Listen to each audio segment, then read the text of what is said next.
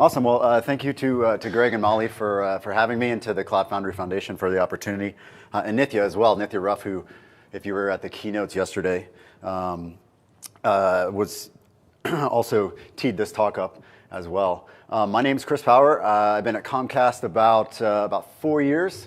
I work on the cloud team. I'll talk a little bit about that. I wanted to spend a little time today to talk about open source in the cloud era, if you will, and give you a bit of perspective from where I sit on the cloud side of things in terms of how we sort of see open source and how we see teams consuming open source.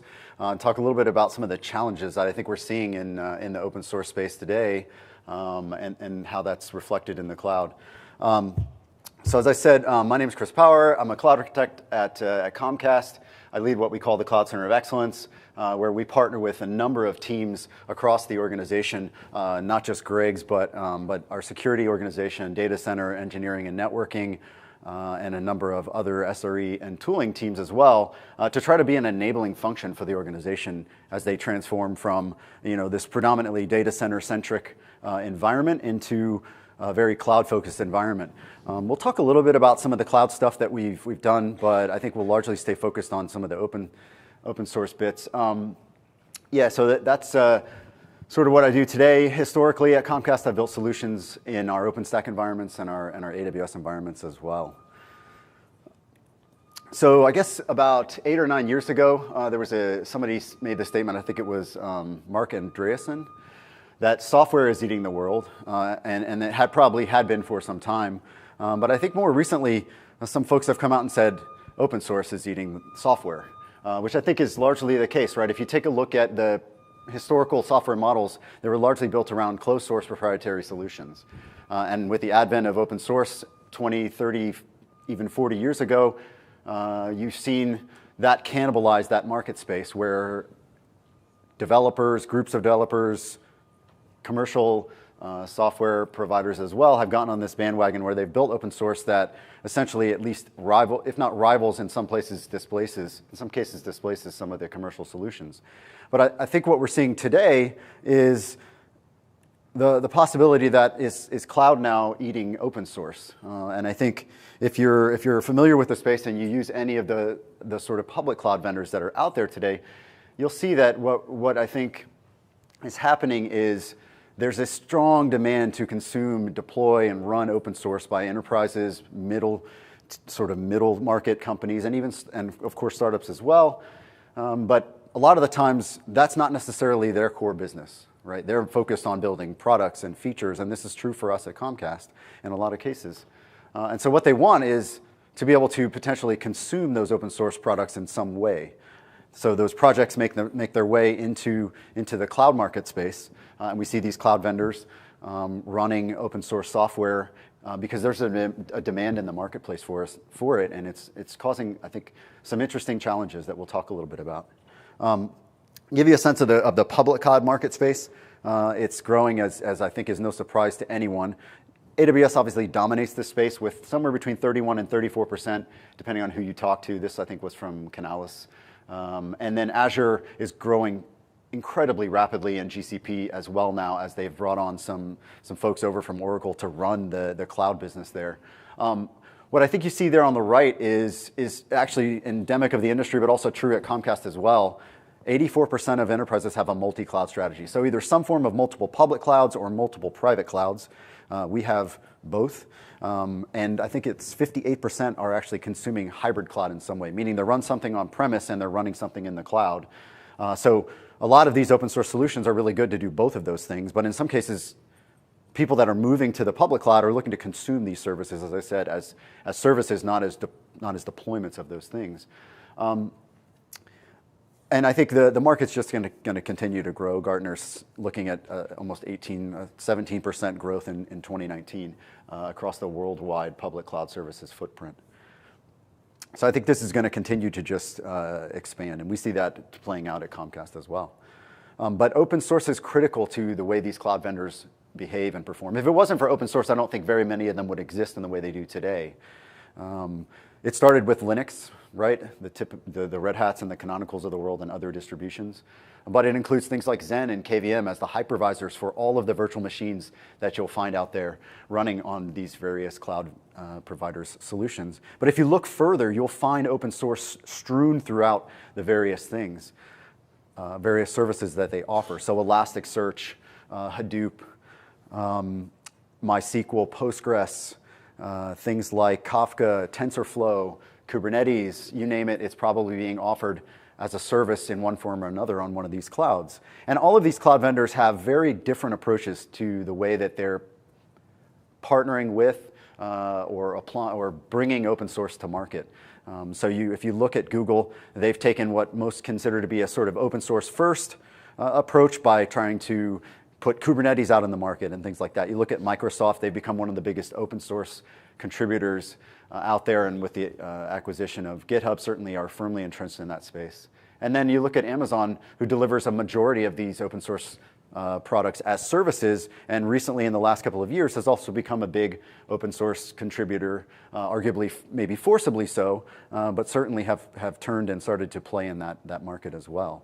What this is doing, of course, is creating some interesting challenges in this space for open source, especially for what people traditionally refer to as these commercial open source software models, where you've got an open source project that's being delivered commercially, and there's some interesting business pieces at play there. Clearly, though, the open source space is attracting a ton of investment. Just from 2010 to 2015, 8.5 times growth. You see a tremendous amount of investment in the CNCF ecosystem, so think Kubernetes, think Prometheus, Istio, Envoy, et cetera. Blockchain obviously is a huge investment space. Front-end Node.js is one, and some of the stuff that you'll find over on the networking side as well. So clearly there's a lot of money pouring into open source, both from a venture capital perspective, but also from an investment on the cloud provider side. And this is further reflected just last year alone. This was, I think, through the middle to end of about the fall time frame of 2018, $65 billion pouring into there versus in M&A, IPOs, and acquisitions. It started with Red Hat acquiring CoreOS in January and moved all the way through the end of the year with Elastic having, I think, was about a $5 billion IPO.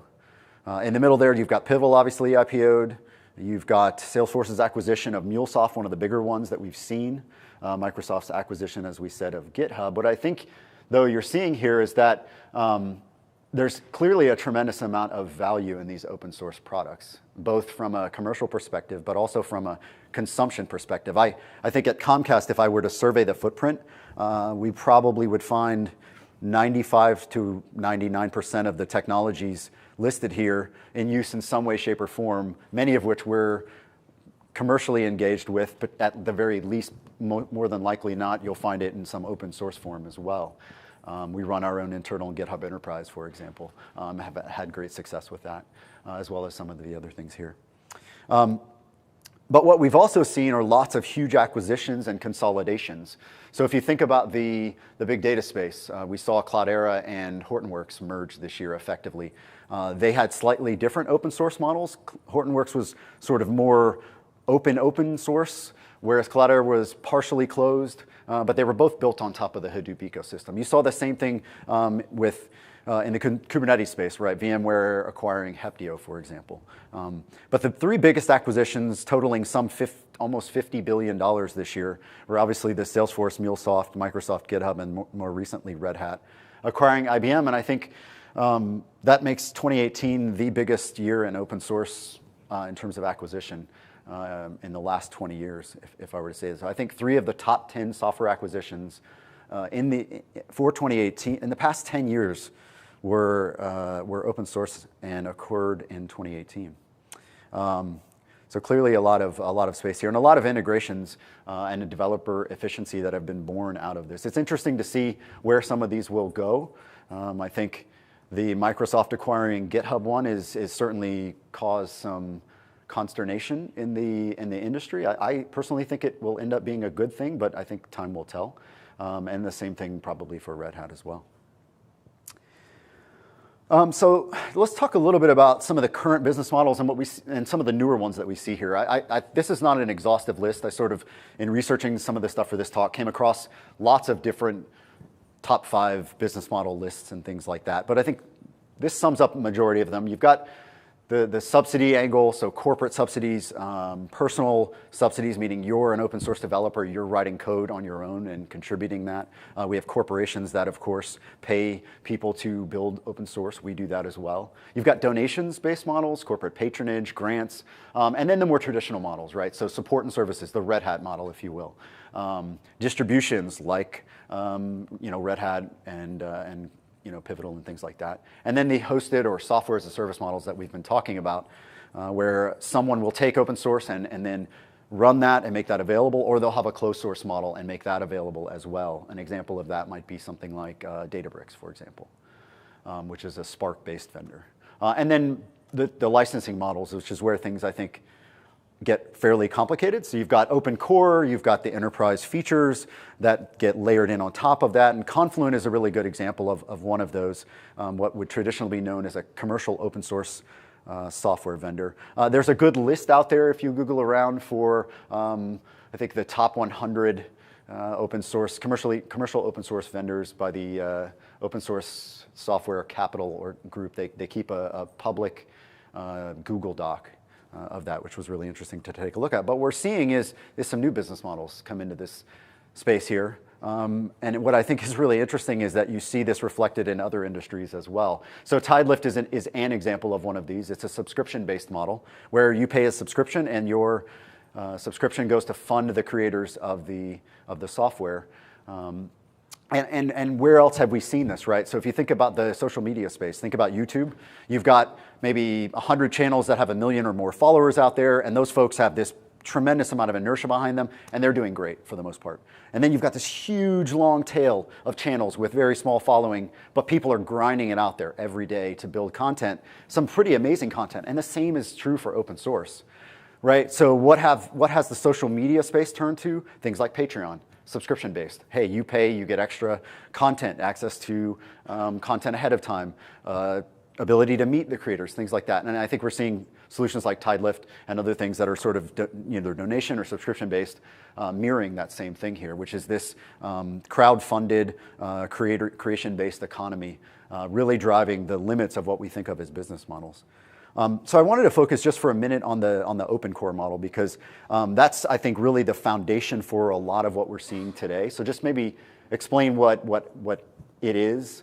And this was sort of new to me and as a definition, but I think it's probably familiar if you've looked at the space at all, right? So pulled this from Wikipedia, but it's a business model that helps support the monetization of commercially produced software. So typically there's a core open source project somewhere, and then packaged around that is some number of layers of either open or source available code or closed source proprietary third-party code, right? Or some mix of that with some licensing in the mix, and it gets fairly complicated, and we'll talk about a couple of examples. But generally speaking, this is the core definition of it, and most commercial open source software companies are using some form of this model today. And I think most have been largely successful, right? We just went through the $65 billion odd of money that's flowed into that space in the last sort of 12 months, and many of those are traditional commercial open source software companies. But what we're seeing is that as the cloud vendors come into the space and start delivering these solutions as services, they're challenging the business models of these commercial open source companies directly. So what we're then seeing is we're seeing new licenses come into play. Licenses that are shocking some, complicating other, the space, I think. The first foray in this space was Commons Clause, which was intended to take open source and make it essentially protective against the cloud vendors from deploying their software as services in a commercial sense to try to create space for these commercial vendors who support the open source projects, mostly directly, right, to be able to make some money, because at the end of the day, open source is not free. Somebody is paying for it somehow, whether through time or money. Some notable examples in 2018 were MongoDB, Redis, Elastic, Confluent, as we mentioned. What we saw reactions from these companies to the open source vendors, either historically running services like Elasticsearch, for example, or more recently, Kafka, for example, as a service. And reactions to that in the form of these vendors going and changing their commercial licenses to expressly prohibit, in most cases, the offering of these open source projects as services via the cloud. And they're doing this in a protective sense. Whether this is going to sort of work or not is a good question. I think this presents a lot of challenges for the space. There's been a tremendous amount of pushback from the open source community as they've introduced these new licenses, understandably, because generally speaking, they're not open source. Open source is not just here's the code. Open source is here's the code and here's rules around how you can distribute the code. And that's where these licenses really change the game.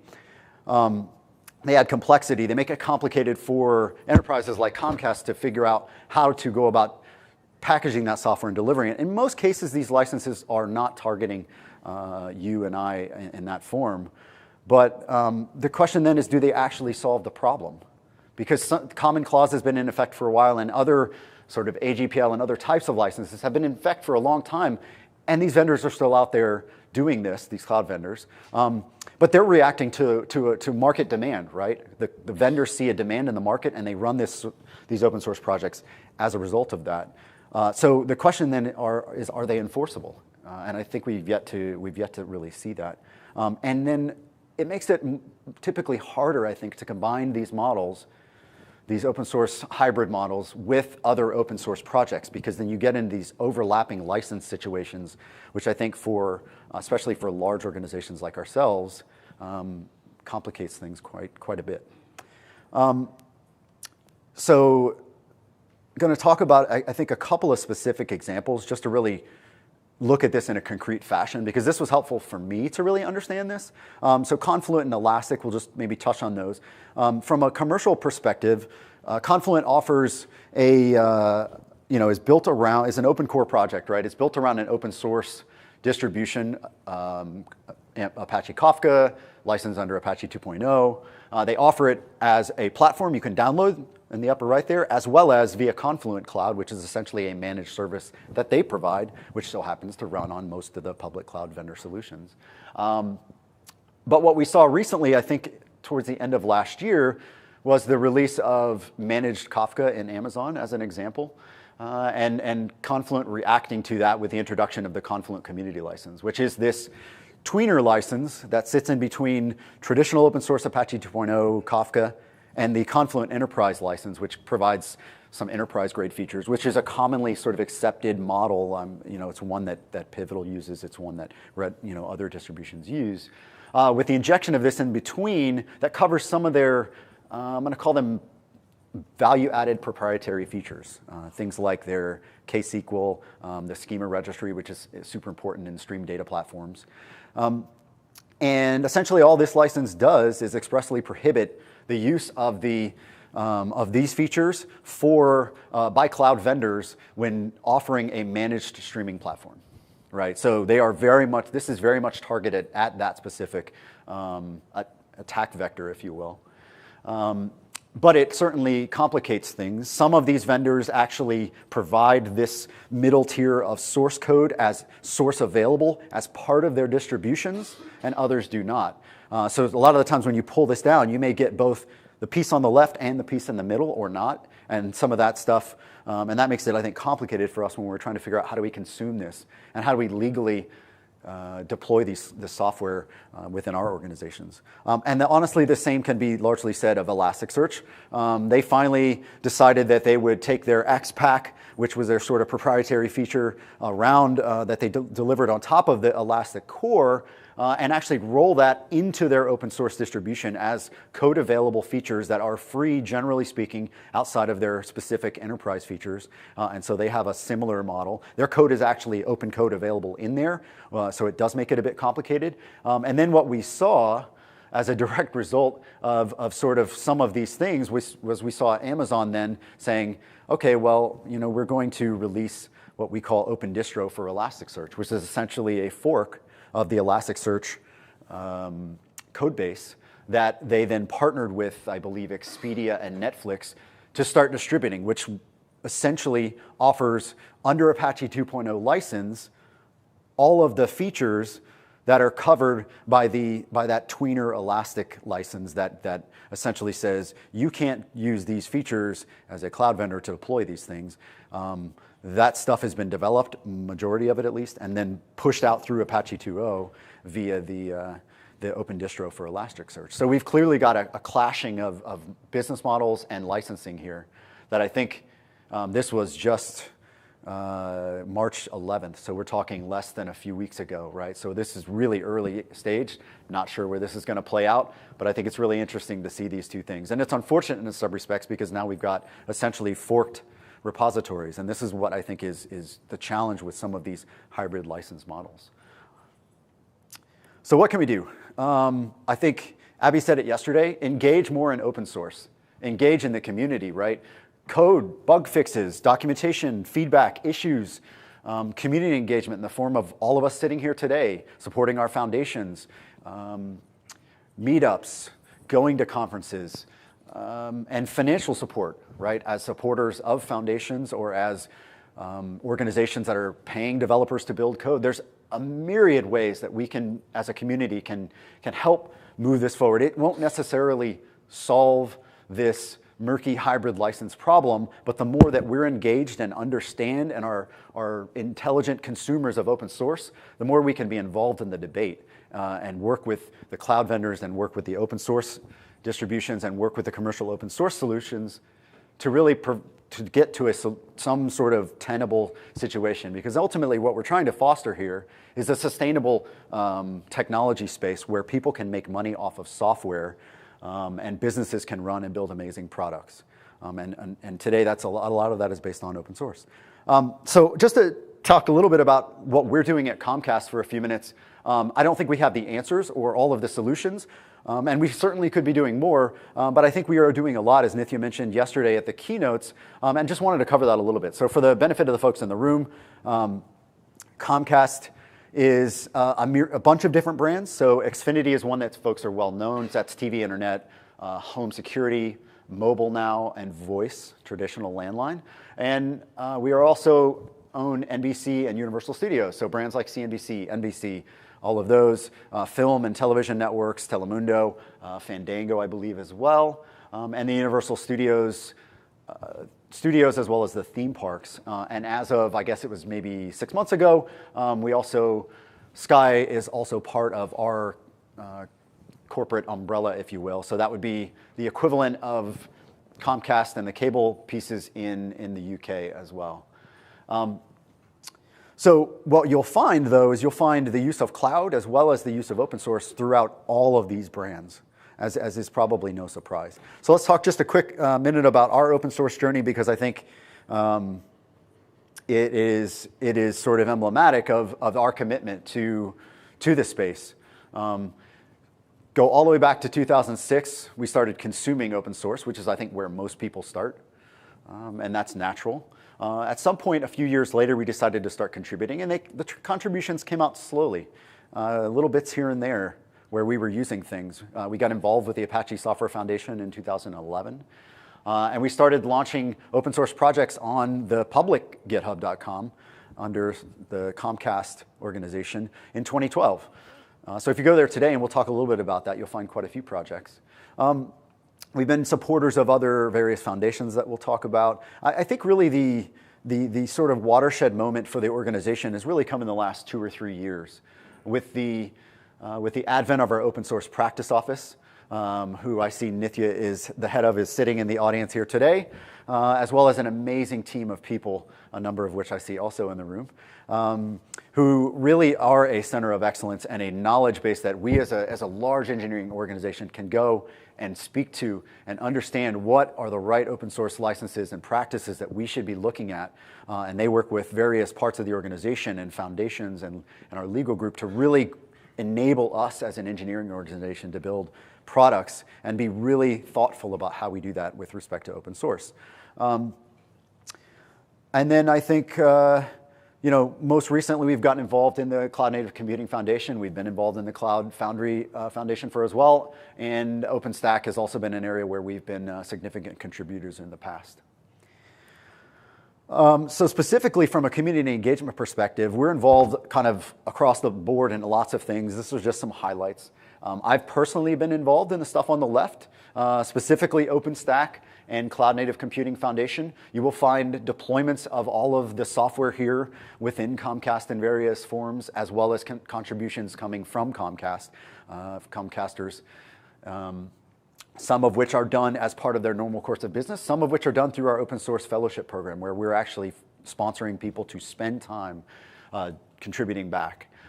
In addition, we're strong supporters financially of these open source foundations, specifically a lot of the ones that you see here. I'm most familiar sort of with the ones on the left there, where we're engaged at kind of a number of different levels.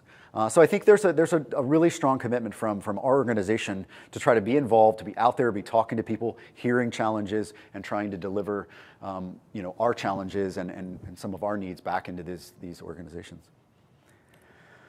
If you're interested in seeing some of the projects, you can head over to comcast.github.io.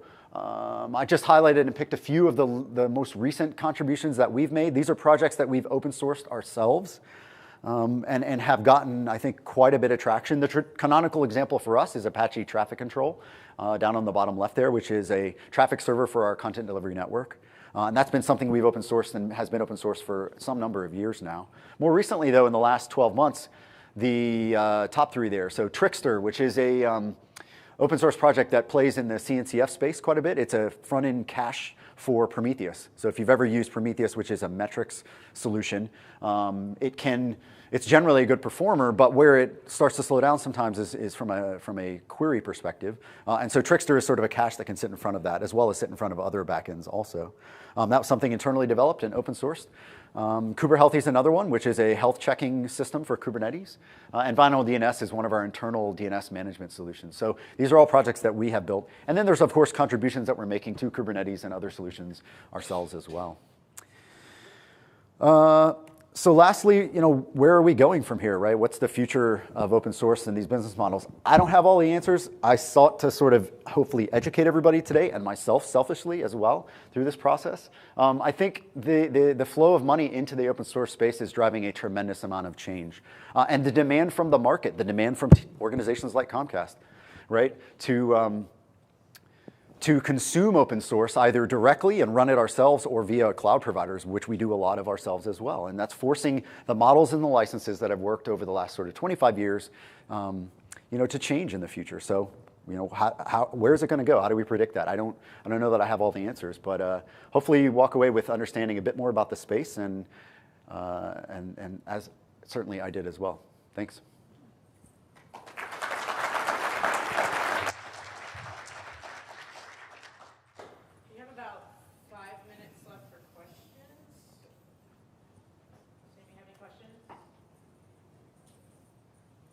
I saw you first. Friendly.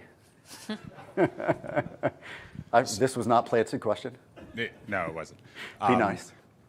So from a monetization standpoint, sure. So as we go forward, how much do you see the trend, or at least the model, where it's micro changes or necessarily paying individual contributors as opposed to company sponsorship in ways? Almost like a gig economy kind of thing. Do you think that's going to become more prevalent as we go forward? That there's more individual contributors who are on a pay to submit kind of basis? Yeah, I think we've seen that, and I think solutions like TideLift are probably a way to sort of like scale up that model a little bit. We see this a lot with some of these open source projects that are kind of in the middle of the space, I think, where you have potentially the creators form a little consulting shop right around that open source project and are willing to do specific feature development for paying customers, right? Well, where they can fundamentally alter the roadmap if they believe it's sort of the right place. And I think that's an area where we can see some expansion in the future. Yeah.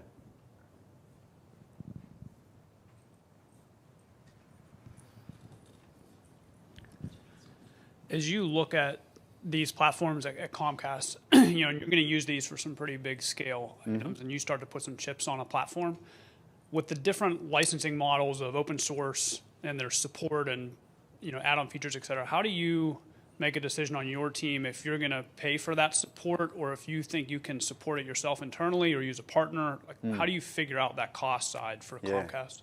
Yeah, that's a really good question. I think the financial model here, right, how to support this is a complex one. We, I think, generally use a fairly distributed decision-making model on the whole, meaning it's up to most of the engineering teams largely to decide what's best for them and how to fund and make the business case to pay for these things.